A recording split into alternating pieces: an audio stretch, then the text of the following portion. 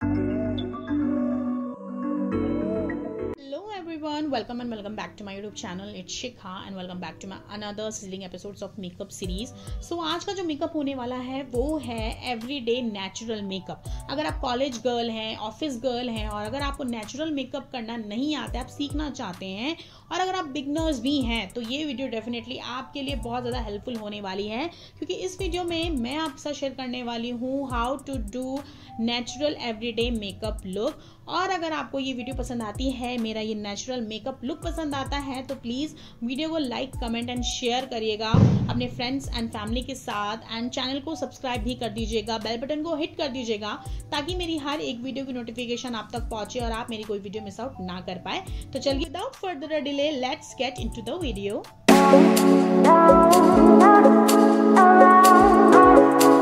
Makeup start करने से पहले सबसे पहले आपके अपने फेस को अच्छे से क्लीन करना होगा, क्लींजिंग करनी होगी. इसके बाद आपको टोनिंग ज़रूर करनी है हाइड्रेशन के लिए.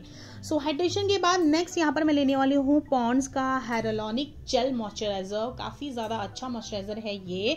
अगर आप समर के टाइम पे, मानसून के टाइम पे मेकअप कर रहे हैं तो ये प्रोडक्ट आपके लिए डेफिनेटली बहुत ज़्यादा सही और अच्छा होने वाला है. तो इसको आपको अप्लाई करना है अपने स्किन पर अच्छे से, क्योंकि पूरे दिन का हाइड्रेशन आपको चाहिए और फुल फेस मेकअप कर रहे हैं तो आप ज़रूर इसको यूज़ करिए. नेक्स्ट बारी आती है हमारी प्राइमर की. ये प्राइमर जो है ना बहुत ज़्यादा अमेजिंग है. क्योंकि ये क्या करेगा, आपके बेस को लॉन्ग लास्टिंग बनाएगा, आपके मेकअप को लॉन्ग लास्टिंग बनाएगा. और क्योंकि ये जो है ग्रिप प्राइमर है, ये आपके लॉक कर देता है मेकअप को, लॉन्ग स्टे बनाता है एंड काफ़ी अच्छा बेस रेडी कर देता है. आज हम जो यूज़ करने वाले हैं वो सिर्फ कंसीलर यूज़ करेंगे. अगर आपकी स्किन पर प्रॉब्लम्स हैं लाइक मेरी तरह, पिगमेंटेशन है, स्पॉट्स हैं, दाग धब्बे हैं, तो आप ये वाला कंसीलर यूज़ कर सकते हैं अफोर्डेबल में. बहुत ज़्यादा अमेजिंग प्रोडक्ट जो है मैं आपके लिए लेकर आती हूँ. सो ये प्रोडक्ट बहुत ज़्यादा सही है. ये इनसाइड का कंसीलर है. आप यहाँ पे कोई फाउंडेशन ना लगाए, सीधा कंसीलर अपने वेस पे लगा लीजिए. You just good to go. बहुत ही कम प्रोडक्ट हमें लगाना होता है. एंड मेन पार्ट क्या है कि ये कंसीलर का फुल कवरेज है. ये काफ़ी अच्छा कवरेज देता है, आपके पिगमेंटेशन को काफ़ी हद तक, क्या मतलब ऑलमोस्ट ख़त्म ही कर देता है. तो मतलब ये बिल्कुल जो आपका बेस है ना बिल्कुल क्लीन बना देता है. तो मुझे तो ये वाला प्रोडक्ट बहुत सही लगता है. तो पूरे फेस पर अच्छे से अप्लाई करना है एंड फिर आपको लेना है एक डैम ब्यूटी ब्लेंडर. आप सूखा ब्लेंडर बिल्कुल नहीं लेंगे, एक डैम ब्यूटी ब्लेंडर लेंगे जो हल्का सा गीला होगा और उसको ही आप अपने फेस पर अप्लाई करेंगे हल्का हल्का. क्योंकि क्या होगा, जितना भी एक्सेसिव प्रोडक्ट हम लगाएंगे वो सारा इसमें निकल जाएगा. अब आप डे से नाइट तक का मेकअप करके चल रहे हैं तो एक्स्ट्रा प्रोडक्ट हम बिल्कुल नहीं लगाएंगे, नहीं तो क्या होगा, क्रीज पड़ सकते हैं, पैचीनेस हो सकता है, क्योंकि स्वेटिंग भी होता है और काफ़ी सारी प्रॉब्लम्स भी आ जाती हैं, डस्ट आ जाती हैं. इसलिए जितना कम से कम प्रोडक्ट आप यूज़ करेंगे वो सही रहेगा.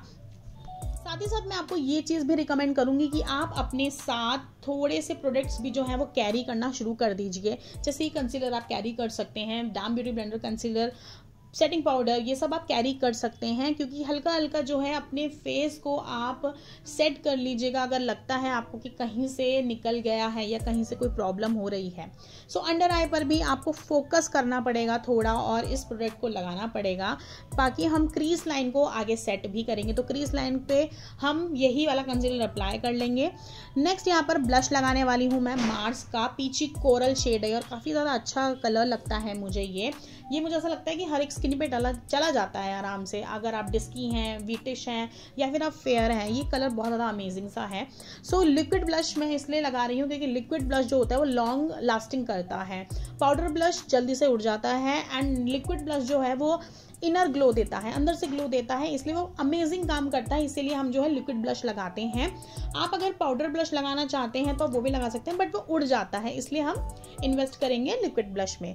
उसके बाद यहाँ पर मैं ले रही हूँ हाइलाइटिंग के लिए मार्स का कंसीलर. इसका शेड नंबर था 07 और क्योंकि मेरा जो कॉम्प्लेक्स है वो आपको पता ही है, विटिश में आता है, विटिश टू डस्की के साइड आता है. और यहाँ पर मैं अपने अंडर आई को हाईलाइट कर रही हूँ, नोज़ को अराउंड टू माउथ, बिकॉज मैं एक माउंटेन की एरियाज़ में रहती हूँ. तो यहाँ पर क्या होता है, माउथ के एरियाज़ पिगमेंटेशन बहुत ज़्यादा हो जाती है. क्योंकि मैं बिल्कुल प्रॉपर हिल में नहीं रहती हूँ, उससे अराउंड टू हिल एरिया रहती हूँ, तो इसलिए. और उसके बाद डैम ब्यूटी ब्लेंडर से ही आपको अपने कंसीलर को सेट करना है, जो कि आपने लाइट कंसीलर लगाया है. बहुत ज़्यादा लाइट मत ले लीजिएगा, सिर्फ एक टोन लाइट लीजिएगा, क्योंकि एवरी डे और डे मेकअप हो रहा है तो हम लाइट से लाइट ही रखेंगे और लेयरिंग बहुत कम करने वाले हैं. जितनी ज़्यादा लेयरिंग होगी उतना हमारा मेकअप जो है क्रीज कर सकता है, पैचीनेस हो सकता है, स्वेटिंग हो सकता है, प्रॉब्लम कर सकता है। इसलिए जितना लेयर कम होगा उतना आपका बेस बहुत अच्छा बनेगा।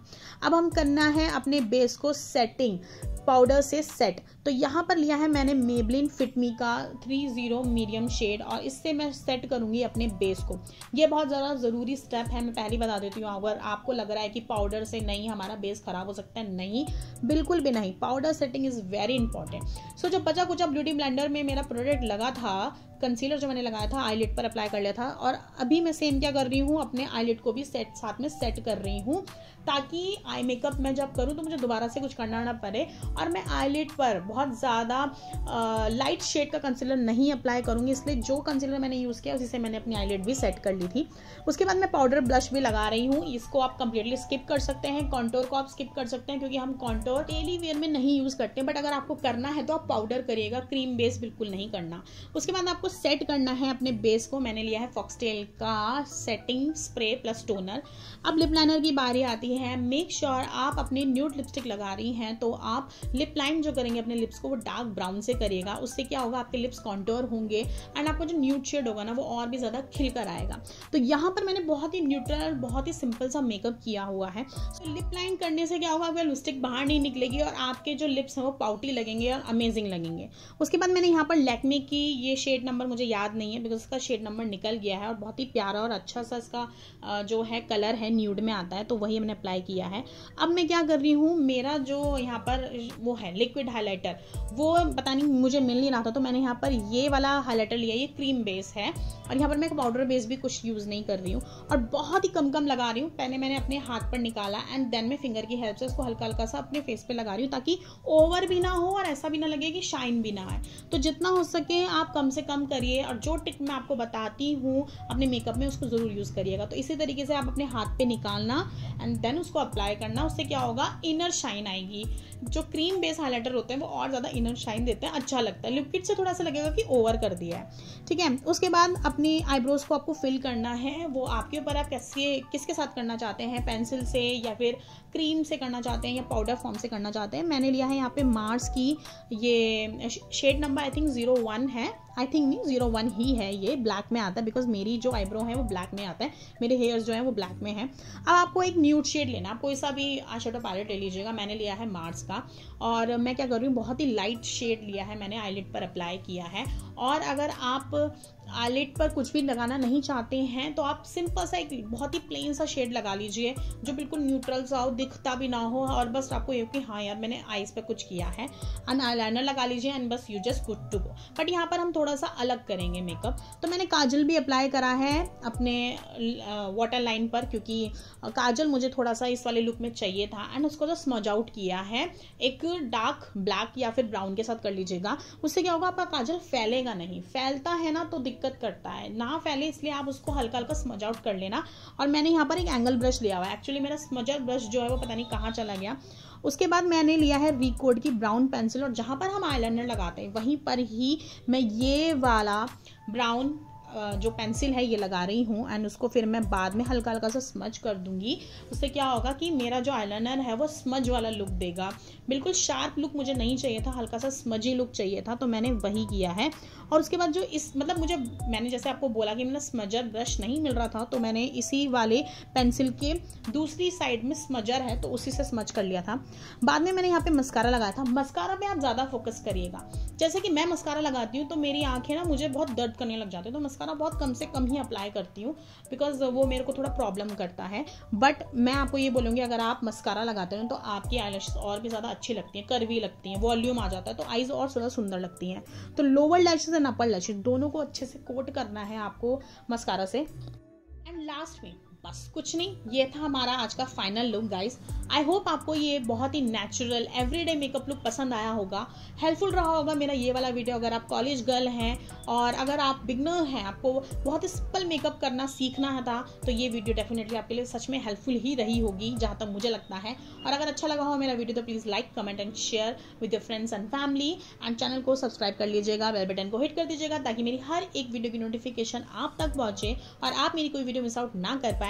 तो मिलती हूँ नेक्स्ट वीडियो में, तब तक के लिए bye bye and take care.